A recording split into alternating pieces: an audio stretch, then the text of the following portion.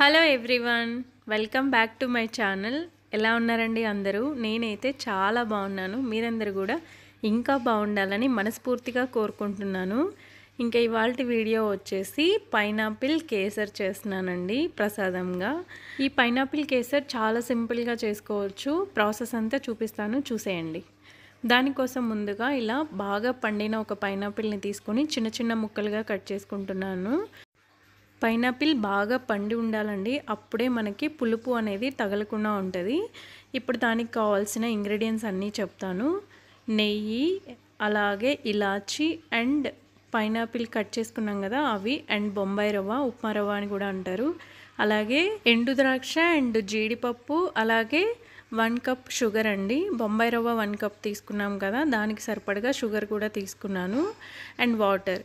ముందుగా అయితే పైనాపిల్ని కొంచెం ఉడికించుకోవాలి. దానికోసం ఇలా ఒక బౌల్లో వేసి కొంచెం వాటర్ అనేది యాడ్ చేసి బాగా మెత్తగా ఉడికించుకోవాలి. అప్పుడే పచ్చివాసన అనేది రాదు కేసర్లో వేసినప్పుడు. పైనాపిల్ అనేది ఇలా కొంచెం వాటర్ వేసి స్టవ్ పైన పెట్టేసి ఉడికించేసుకోవడమే.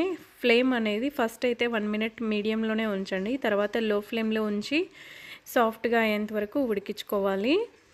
అండ్ ఇక్కడ నేను ఒక ప్యాన్ తీసుకున్నాను, అందులో 2 టేబుల్ స్పూన్ వరకు గీ యాడ్ చేసుకున్నాను. ఎందుకు అంటే డ్రై ఫ్రూట్స్ ముందుగా ఫ్రై చేసుకోవడం కోసం. ఇక్కడ జీడిపప్పు వేస్తున్నాను. ఫస్ట్ అయితే ఇవి డ్రై ఫ్రూట్స్ ఏవైనా ఫ్రై చేసేటప్పుడు దగ్గరుండి కొంచెం జాగ్రత్తగా ఫ్రై చేసుకోవాలి, అప్పుడే అవి మాడిపోకుండా ఉంటాయి. ఇక్కడ చూసారా, నేను మధ్య మధ్యలో పైనాపిల్ని కూడా కలబెడుతూ ఉన్నాను, లేదంటే అది కూడా అడుగంటేస్తుంది. ఇక్కడ జీడిపప్పు కొంచెం ఫ్రై అవ్వగానే నెక్స్ట్ ఎండు ద్రాక్ష వేశాను. ఇవి రెండు ఫ్రై అవ్వగానే ఇవి సపరేట్గా తీసుకుంటూ ఉన్నాను. కొంచెం ఎక్కువగానే వేస్తే బాగుంటుంది కేసర్లో జీడిపప్పు అండ్ ఎండు ద్రాక్ష అనేది. నాకు చాలా ఇష్టం పర్సనల్గా, అందుకని కొంచెం ఎక్కువగానే ఫ్రై చేశాను. అండ్ ఇదే గీలో మనం బొంబాయి రవ్వ తీసుకున్నాం కదా, అది ఫ్రై చేస్తూ ఉన్నాను. ఇక్కడ ఫ్లేమ్ అనేది కొంచెం తగ్గించి లో ఫ్లేమ్లోనే రవ్వ అనేది మొత్తం కలర్ చేంజ్ అయ్యేంత వరకు ఫ్రై చేసుకోవాలి. మంచి స్మెల్ వస్తుంది ఫ్రై అయినప్పుడు, అంతవరకు ఫ్రై చేసుకుంటే సరిపోతుంది. ఇక్కడ చూసారా, ఇలా ఫ్రై అయితే సరిపోతుంది. ఇప్పుడు స్టవ్ ఆఫ్ చేసి పక్కన ఉంచేసుకొని కొంచెంగా చల్లారనిద్దాం రవ్వ అనేది. నెక్స్ట్ ఇక్కడ పైనాపిల్ని చెక్ చేస్తూ ఉన్నాను, అది ఉడికిందా లేదా అనేసి. మ్యాక్సిమం మొత్తం స్మాష్ అయ్యేలాగే ఉంటే బాగుంటుంది, బట్ నాకేంటంటే పైనాపిల్ అక్కడక్కడ తగులుతూ ఉంటేనే ఇష్టం. సో అందుకనే నేను జస్ట్ ఒక 70% మాత్రమే కుక్ చేసుకుంటూ ఉన్నాను. ఇన్ కేస్ మీకు అక్కడక్కడ తగలడం నచ్చలేదు పైనాపిల్ అనుకుంటే మాత్రం మొత్తం అంతా మెత్తగా ఉడికిచ్చేసి మిక్సీకి వేసేయండి, పేస్ట్లా అయిపోతుంది. అలా కూడా చేసుకోవచ్చు. ఇక్కడ చూసారా 70% కుక్ అయిపోయింది. నేను తీసేసి దాన్ని చల్లగైన తర్వాత ఇలా స్మాషర్ తోటి స్మాష్ చేస్తూ ఉన్నాను. కొంచెం వేడిగానే ఉంది, బట్ నాకు టైం అవుతుంది ప్రసాదం కోసమని చేస్తూ ఉన్నాను కదా, అందుకే అలాగే స్మాష్ చేశాను. ఇక్కడ మళ్ళీ స్టవ్ ఆన్ చేసుకొని ప్యాన్ ఉంచాను. రవ్వ ఫ్రై చేసుకున్నాం కదా, అదే ప్యాన్ ఉంచేసి కొంచెంగా హీట్ అయిన తర్వాత 1 కప్పు బొంబాయి రవ్వకి 3 కప్పులు అనేది వాటర్ యాడ్ చేసుకోవాలి. అదే ఇక్కడ నేను మెజర్ చేసి చూపిస్తూ ఉన్నాను.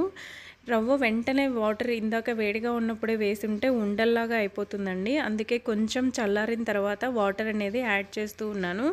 చల్లారడం అంటే మరీ చల్లగా అయిపోవడం కాదు, కొంచెం గోరువెచ్చగా ఉన్నప్పుడు వాటర్ అనేది యాడ్ చేస్తే ఉండలు లేకుండా ఉంటుంది. చూసారు కదా, ఇలాగే మొత్తం దగ్గర పడేంత వరకు తిప్పుతూ ఉండాలి. చూసారు కదా, ఉండలు కట్టకుండా బాగా ఇలా తిప్పుతూ ఉంటే సరిపోతుంది. 1 కప్పు రవ్వకి 3 కప్స్ వాటర్ అయితే కరెక్ట్గా సరిపోతాయి. రవ్వ మొత్తం దగ్గరికి పడింది. ఇప్పుడు ఇందులో 1 కప్పు రవ్వకి 1 కప్పు షుగర్ అనేది యాడ్ చేస్తున్నాను. మీరు ఇంకొంచెం స్వీట్ తినే వాళ్ళైతే ఇంకొంచెం ఎక్స్ట్రా కూడా యాడ్ చేసుకోవచ్చు, బట్ మా ఇంట్లో అయితే పర్ఫెక్ట్గా సరిపోతుంది అనేసి 1 కప్ మాత్రమే యాడ్ చేస్తున్నాను. ఇలా షుగర్ మొత్తం మెల్ట్ అయిపోయేంత వరకు కలబెట్టాలి. కొంచెం ఫ్లేమ్ అనేది తగ్గించాలి, లేదంటే షుగర్ అనేది మెల్ట్ అవ్వకుండా గడ్డల్లాగా అక్కడక్కడ తగులుతూ ఉంటుంది, అప్పుడేమంత బాగోదు. చూసారా, ఇలా మొత్తం మిక్స్ చేసుకుంటూ ఉంటే తొందరగా షుగర్ అనేది మెల్ట్ అవుతుంది. షుగర్ మెల్ట్ అయిపోయి ఇలా మొత్తం దగ్గర పడేలాగా ఉంచుకొని తర్వాత మనం ముందుగా తయారు చేసి పెట్టుకున్నటువంటి పైనాపిల్ని ఇలా యాడ్ చేసుకోవాలి. మీరు పేస్ట్లా అయినా వేసుకోండి, లేదు మీకు పైనాపిల్ తినడం ఇష్టమైతే మాత్రం ఇలా 4 కూడా చేసుకోండి. ఇది కూడా టేస్ట్ చాలా బాగుంటుంది, తప్పకుండా ట్రై చేయండి. ఇక్కడ పైనాపిల్ అండ్ అందులో ఉన్న వాటర్ యాడ్ చేసిన తర్వాత కొంచెం దగ్గర పడేంత వరకు ఇలా తిప్పుతూ కలపెట్టుకోవాలి. ఇప్పుడు చూసారా, ఇది కొంచెం దగ్గరకు వచ్చేసింది.